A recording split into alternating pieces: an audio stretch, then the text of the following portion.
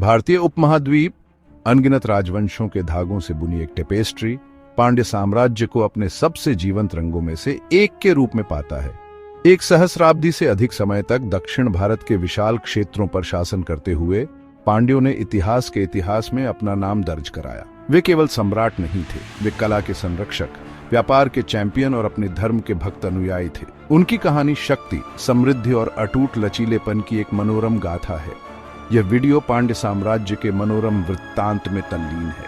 हम उनके उत्थान, व्यापार पर उनकी महारत, कला और धर्म में उनके योगदान और अंततः उनके पतन और पुनरुत्थान के माध्यम से यात्रा करेंगे। दक्षिण भारत की स्थायी भावना के प्रमाण पांड्यों की विरासत को उजागर करते हुए हमारे साथ जुड़े। समय की धुंध में डूबा पांड्य वंश अपने मूल का पता शुरुआती शताब्दियों में लगाता है। उनका प्रारंभिक इतिहास पुरातात्विक निष्कर्षों, संगम साहित्य में साहित्यिक संदर्भों और ग्रीक और रोमन भूगोलवेत्ताओं के संगम से उभरता है। ये स्रोत एक शक्तिशाली राजवंश की तस्वीर पेश करते हैं जो तमिल के उपजाऊ क्षेत्र में प्रमुखता से उभरा। पांड्यों ने अपनी राजधानी मदुरई में स्थापित की, एक ऐसा शहर जो उनके शासनकाल का पर्याय बन गया। इस रणनीतिक केंद्र से उन्होंने अपने प्रभुत्व का विस्तार किया, धीरे धीरे भारत के सबसे दक्षिणी क्षेत्रों पर अपना नियंत्रण मजबूत किया। नेदुंजेलियन और मुदुकुदुमी पेरुवलुडी जैसे नामों वाले शुरुआती पांड्य शासकों ने साम्राज्य के भविष्य के गौरव की नींव रखी। उन्हें एक मजबूत प्रशासनिक प्रणाली स्थापित करने और महत्वाकांक्षी सिंचाई परियोजनाएं शुरू करने का श्रेय दिया जाता है, जिसने कृषि समृद्धि को बढ़ावा दिया।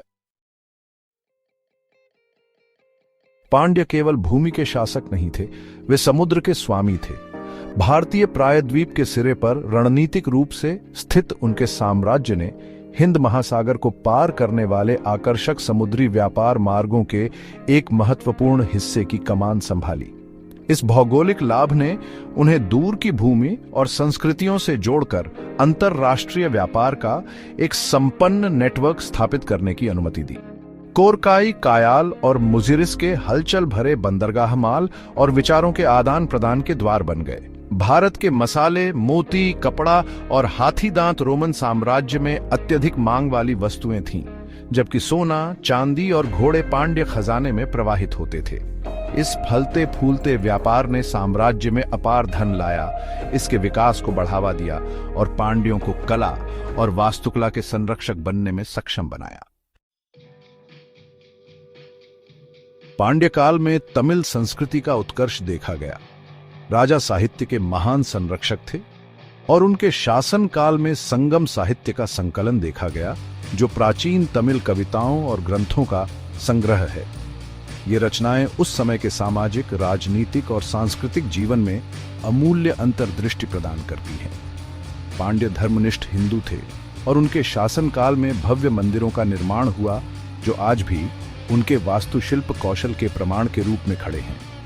मदुरई में मीनाक्षी अम्मन मंदिर, जो देवी पार्वती को समर्पित है, पांड्य वास्तुशिल्प प्रतिभा का एक विशाल उदाहरण है।